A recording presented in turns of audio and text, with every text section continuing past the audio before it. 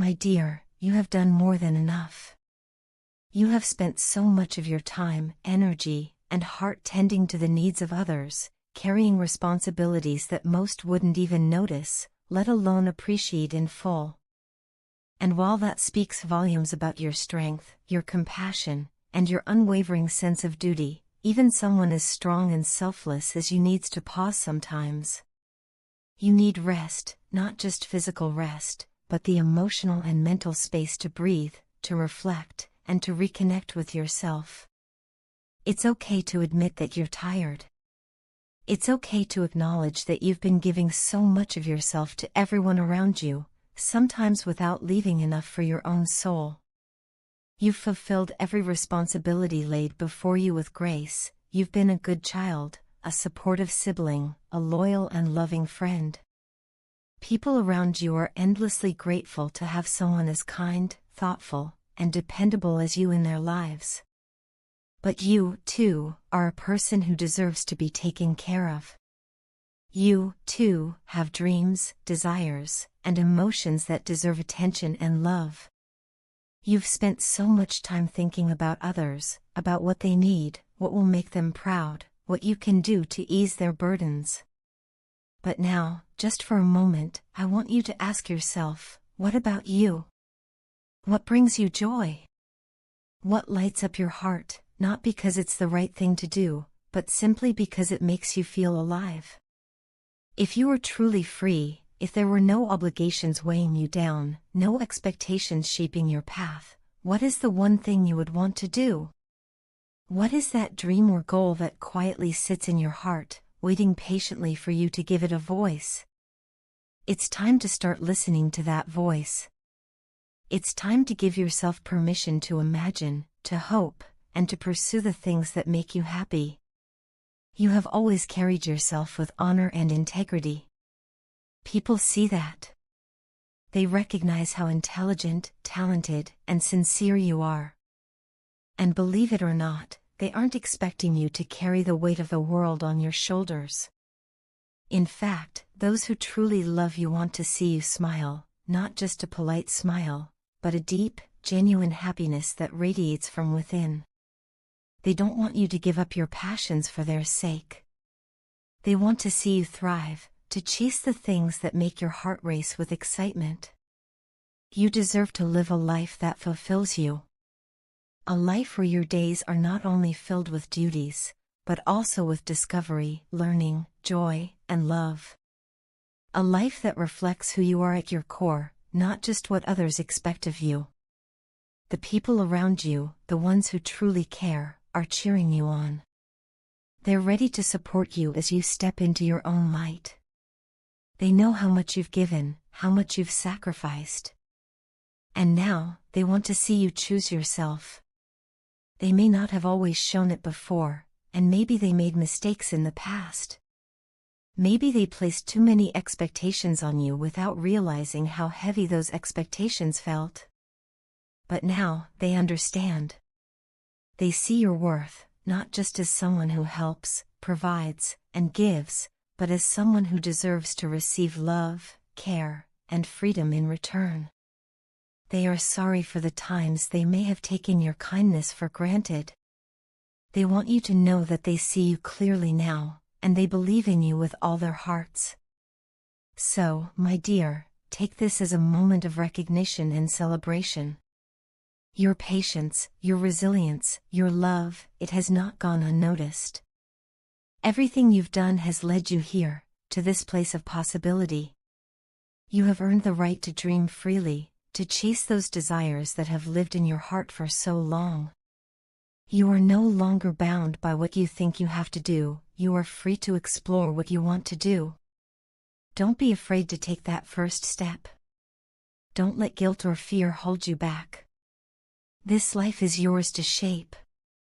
You have the blessing of those around you, and more importantly, you have the strength and wisdom within you to create a beautiful, meaningful path forward.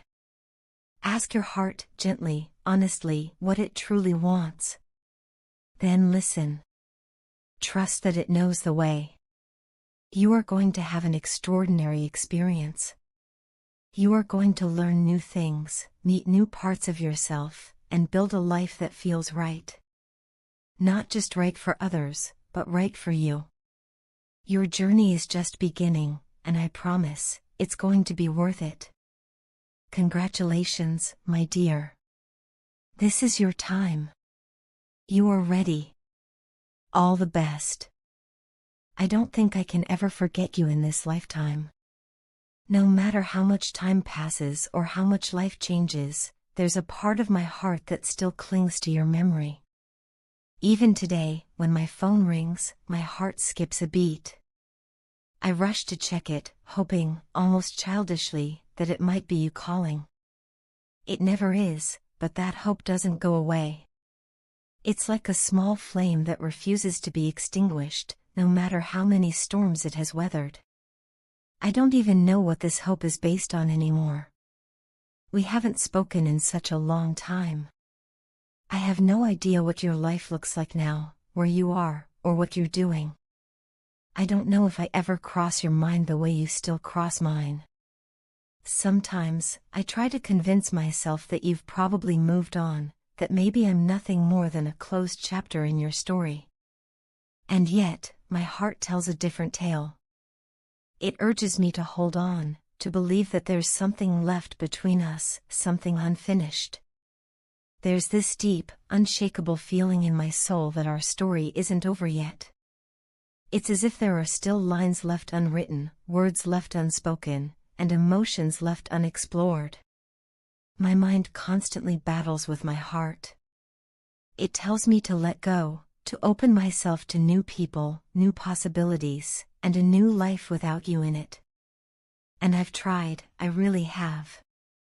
I've met new people, kind, interesting, and genuine souls who would probably make great partners. But somehow, my heart just won't accept them. It's not their fault. They're not lacking in any way. They're just not you. Every time I start to grow close to someone, I find myself comparing them to you. And no matter how good they are, they fall short, not because they aren't enough, but because they aren't the person I still carry in my heart. It's not fair to them, I know that. But I can't help it. My heart has chosen you, and it refuses to let anyone else in. The idea of loving someone else feels foreign, almost like a betrayal of something sacred between us. There are times when I try to convince myself that I need to move on, that I need to find peace in the present and stop living in the past. But then, out of nowhere, I start seeing signs. Little coincidences. A song that reminds me of you, a phrase you used to say, someone who looks like you in a crowd, or a dream that feels so real I wake up believing I just spoke to you. And in those moments, I feel like the universe is trying to tell me something. I don't know what exactly, but it makes me pause, reflect, and hold on just a little longer. Sometimes I even feel like God is whispering to me, to be patient, to trust that what's meant to be will find its way back. It's like He's saying, wait, just a little more. And while that may sound delusional to some, to me, it feels like a truth I can't ignore. I don't expect anyone else to understand this faith I have, not even you, maybe. But I believe in divine timing. I believe that if two souls are meant to be together, life will find a way to reunite them, no matter how far apart they drift. I trust God with all my heart. So far, His plan for my life has always made sense in the end, even if it didn't in the beginning. So I've chosen to trust Him with this too, with you, with us. I believe that if you're meant to be in my life, you will be. And if not, then something even more beautiful must be waiting for me. But until that clarity comes, I'll wait. Not forever, but for now. I won't chase, I won't beg. I'll simply wait and see how things unfold. Maybe I'm being foolish.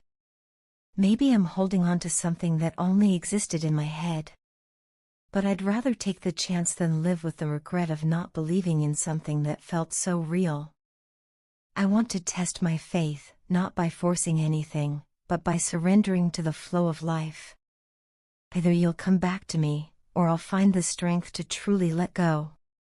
Either way, I know that whatever happens will be for the best, for both of us. Still, I carry the hope that someday, our paths will cross again. That when they do, we'll be ready this time, more whole, more healed, and more in tune with what we truly want.